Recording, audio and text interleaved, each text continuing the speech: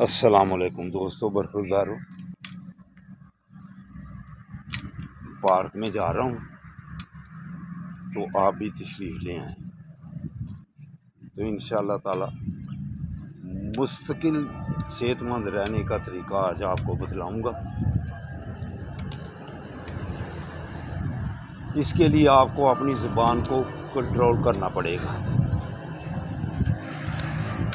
صبح نماز کے بعد واک اور زبان کا اچھا استعمال، ذہن کا اچھا استعمال، سوچ اچھی، تو پھر انشاءاللہ تعالی آپ صحت مند رہیں گے۔ اگر سوچ اور زبان ہی سارا دن غیبتوں اور گالیوں اور غیر پارلیمانی الفاظ استعمال کرتے رہے تو پھر انشاءاللہ تعالی صحت نہیں بنے گی۔ یہ بیٹا بھی دیکھیں بیٹھا ہوا ہے، صحت مند بچہ ہے، تو اللہ تعالی آپ کو بھی صحت مند اس وقت رکھیں گے جب آپ اپنی زبان پر کنٹرول کریں گے، اپنا دماغ ٹھنڈا رکھیں گے،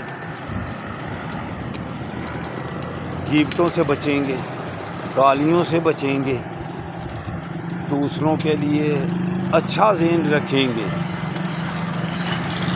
تو پھر انشاءاللہ تعالیٰ آپ مستقل صحت میں رہیں گے۔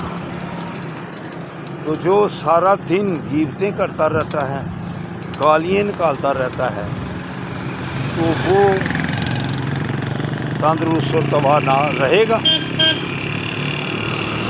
اچھی سوچ، اچھی زبان، جب گفتگو کریں تو اچھے طریقے سے کریں۔ الفاظ کا چناؤ جس نے اچھے انداز سے کیا انشاءاللہ تعالیٰ پھر وہ سکون میں رہے گا، وہ پھر پریشانیوں سے بچے گا۔ نبی کریم صلی اللہ علیہ وآلہ وسلم کی حدیث مبارکہ کہ ہر آدمی جب صبح اٹھتا ہے پورا جسم زبان کے واسطے ڈالتا ہے کہ خدا کا واسطہ سارا دن خاموش رہنا، ہماری پٹائی نہ کرا دینا۔ تو زبان کی وجہ سے ہی لڑائی جھگڑے ہوتے ہیں، زبان کی وجہ سے ہی نفرتیں پھیلتی ہیں، تو گولیاں چل جاتی ہیں، حتیٰ کہ پھر کسی کی جان بھی ہم لے لیتے ہیں۔ تو کچہریاں بڑی پڑی ہیں زبان کی وجہ سے، لڑائی جھگڑے بھی زبان کی وجہ سے ہوتے ہیں۔ تو اگر زبان خاموش رہے گی تو انشاءاللہ تعالیٰ آپ کا پورا جسم سکون میں رہے گا اور صحت والا، تندرستی والا، خوبصورت رہے گا۔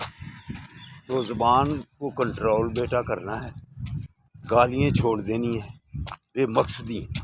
تو آپ کو پتہ بھی ہے کہ یہ طریقہ استعمال کر کے ہم پورے جسم کو سکون سے رکھ سکتے ہیں، لیکن پھر نہیں رکھتے۔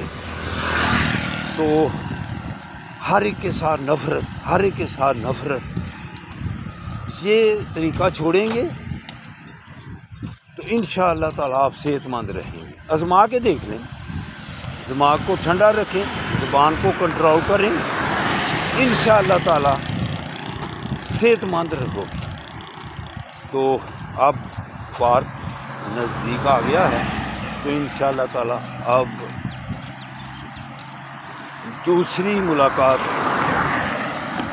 پھر تھوڑی دیر کے بعد ہوگی، تو آپ پارک میں تشریف لیں۔